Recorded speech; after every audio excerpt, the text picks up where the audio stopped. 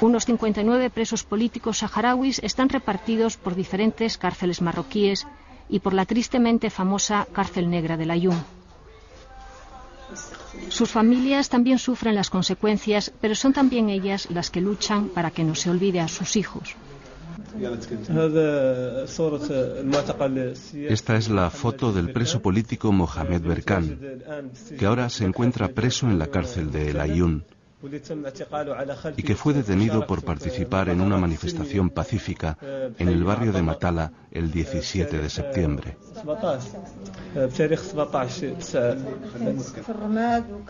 También le hirieron en el pie y cuando lo llevaron a la policía militar, lo torturaron y lo tiraron desde el tejado de la casa.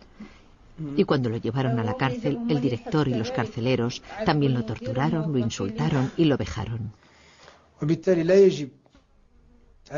Nadie debe ser privado del derecho a la libertad de expresión o a la libertad de movimiento. Pero también debe saber que estas libertades están condicionadas a la seguridad del Estado. Y cuando afectan a la soberanía del país o a la seguridad, el país tiene derecho a defender su soberanía y seguridad. Las razones de Estado no impidieron a Mohamed VI crear una comisión para revisar la negra historia de los derechos humanos durante el reinado de su padre, Hassan II. Sin embargo, han quedado casos sin esclarecer. Hani Ahmed pregunta en vano desde hace años por el paradero de su padre, uno de los 500 saharauis desaparecidos. Mi padre fue secuestrado con un grupo de ciudadanos saharauis en Dakhla el 14 de noviembre de 1980. Él trabajaba en el cuerpo de gendarmería. En 1991, cuando pusieron en libertad a algunos presos saharauis, es cuando descubrí que mi padre había estado detenido. Todo el grupo que había sido secuestrado fue liberado. Algunos decían que lo habían visto, pero el único que no salió fue mi padre. Hamia no quiere dinero ni indemnizaciones. Lo que exige es saber qué le pasó a su padre, dónde están sus restos y que en su libro de familia figure su defunción. No puede pasar página mientras ésta aloje un inmenso vacío.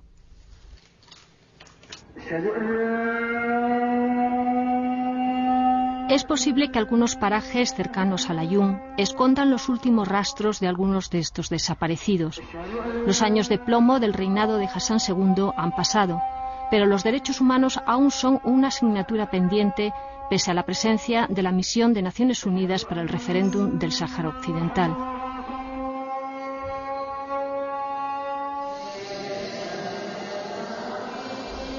La MINURSO da unos pocos fieles a la catedral de Laayoune, pero no ha logrado ganarse el aprecio de los saharauis.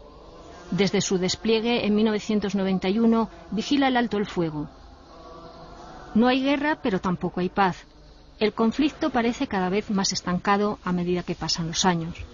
La MINURSO rehusó hablar para en portada, pero tras la cámara las razones de prudencia diplomática dejaban a entrever un cierto miedo a molestar al anfitrión.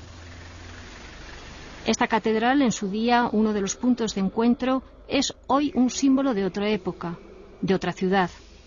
Uno de los 3 misioneros destinados a ella, Rafael Álvarez, ha sido testigo del crecimiento y cambios en el Laayoune y en el Sáhara, sobre todo a partir de los años 70. Entonces fue el desarrollo, comenzó a llegar gente y se edificaron las viviendas que hay por aquí. Fue creciendo, el Laayoune se extendió en todas las direcciones, de una manera tremenda. Cuando marchó España de aquí, calculan 24 o 25.000 habitantes, ahora piensa que tiene 300.000 que han venido. Entonces, y para mí es una cuestión importante el ver que aquí hay gente que nació hace 35 años aquí. Del viejo Laayoune, que nació alrededor de esta casa levantada en 1937, apenas quedan unos cuantos edificios distinguibles por sus cúpulas o por su estructura abovedada.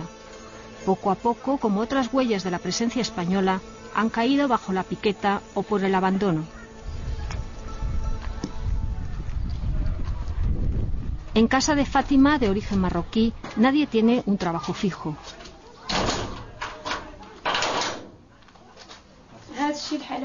Este es el sitio en el que vivimos.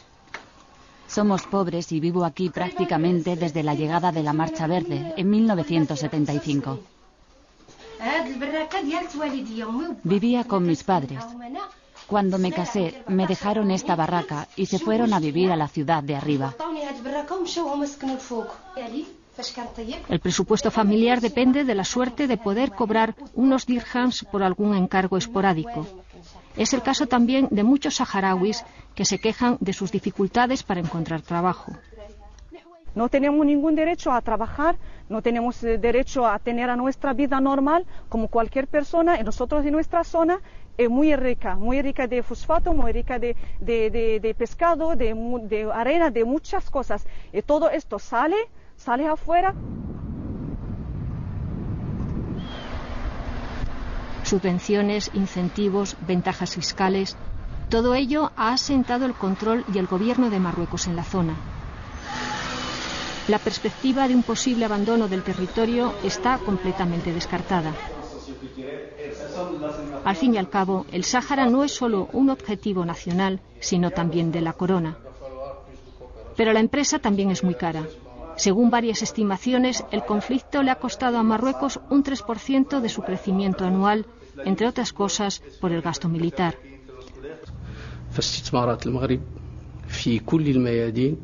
Las inversiones de Marruecos en todos los ámbitos suponen cientos de veces lo que pueden aportar las zonas del Sáhara, porque esta zona se beneficia de la ayuda paternal de Su Majestad el Rey, de la colaboración de todos los marroquíes y del pueblo marroquí en su conjunto,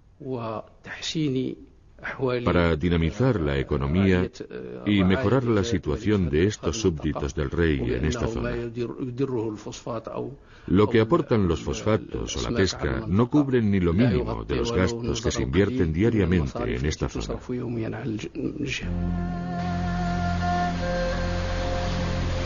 Con el Sáhara, Marruecos ganó más de 1000 kilómetros de costa, frente a las cuales se extiende uno de los bancos pesqueros más ricos del mundo. Las capturas suponen más del 60% de la actividad y de los ingresos por pesca de Marruecos. Este puerto de Layún absorbe casi la mitad de los desembarcos, aunque las cantidades han disminuido en los últimos años debido a la sobreexplotación. Aquí hay 2 fábricas de la conserva y hay 8 fábricas de las arenas y más que 24 fábricas de la congelación.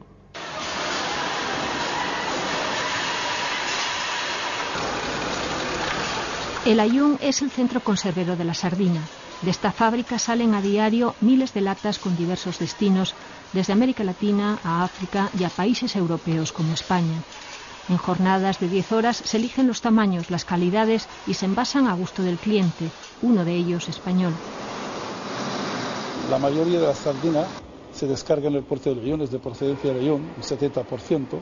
Del Dajla pues normalmente traemos un 10% y de Tantán pues traemos un 20%.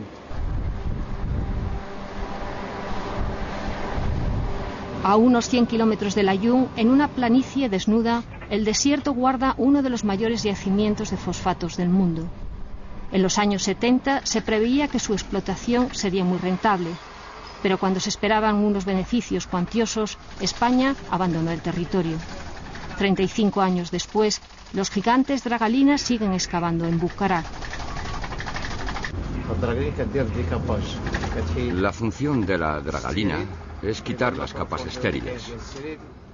La profundidad puede variar desde 25 a 29 metros. Con una producción anual de más de 2 millones de toneladas, es la tercera mina de fosfatos más importante para Marruecos, que es además el primer exportador mundial.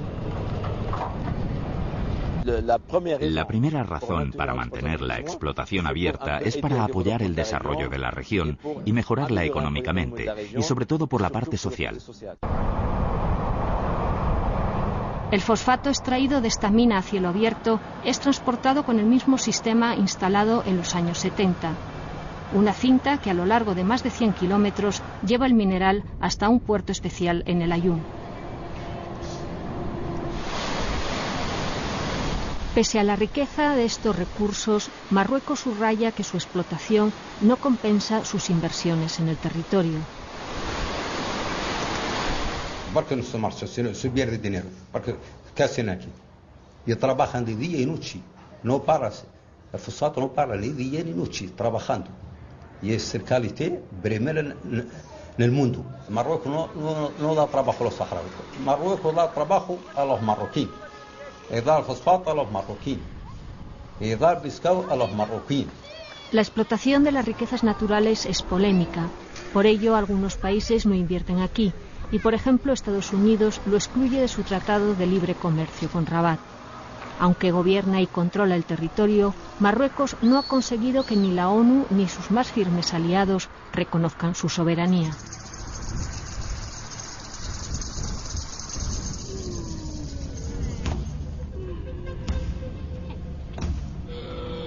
Pese al tiempo y a los cambios, el desierto perdura.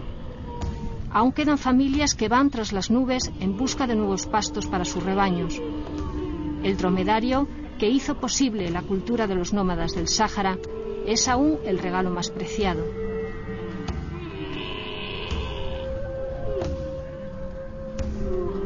Hoy predomina la vida sedentaria, urbana, pero aún así el desierto es un pilar fundamental para los saharauis.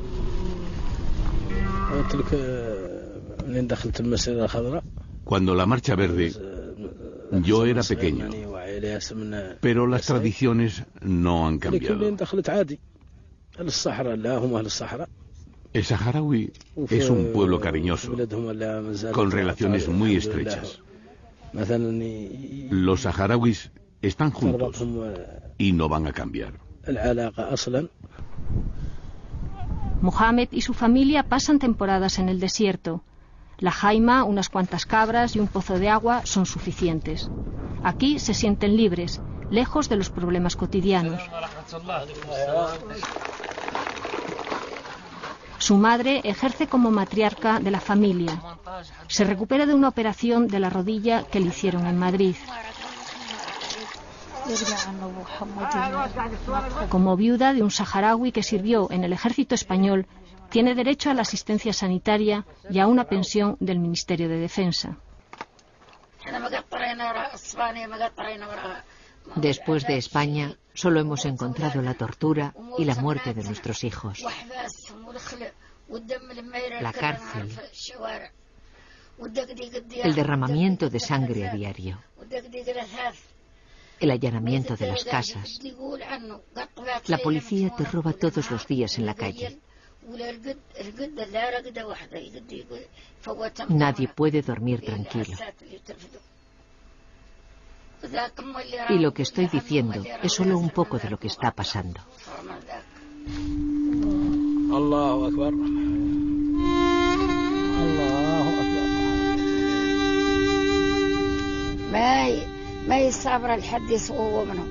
La gente solo aguanta por la esperanza de que un día va a recuperar su país. Lo vamos a recuperar, aunque no quede ni un saharaui. Recuperaremos nuestra tierra.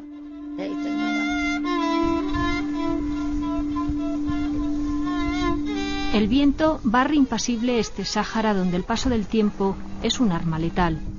Los años pasan y el conflicto se alarga. Pero por encima de muros y de distancias, los saharauis conservan intacta una esperanza: vivir juntos en su tierra. Una tierra de apariencia desolada, pero capaz de hacer florecer los sueños.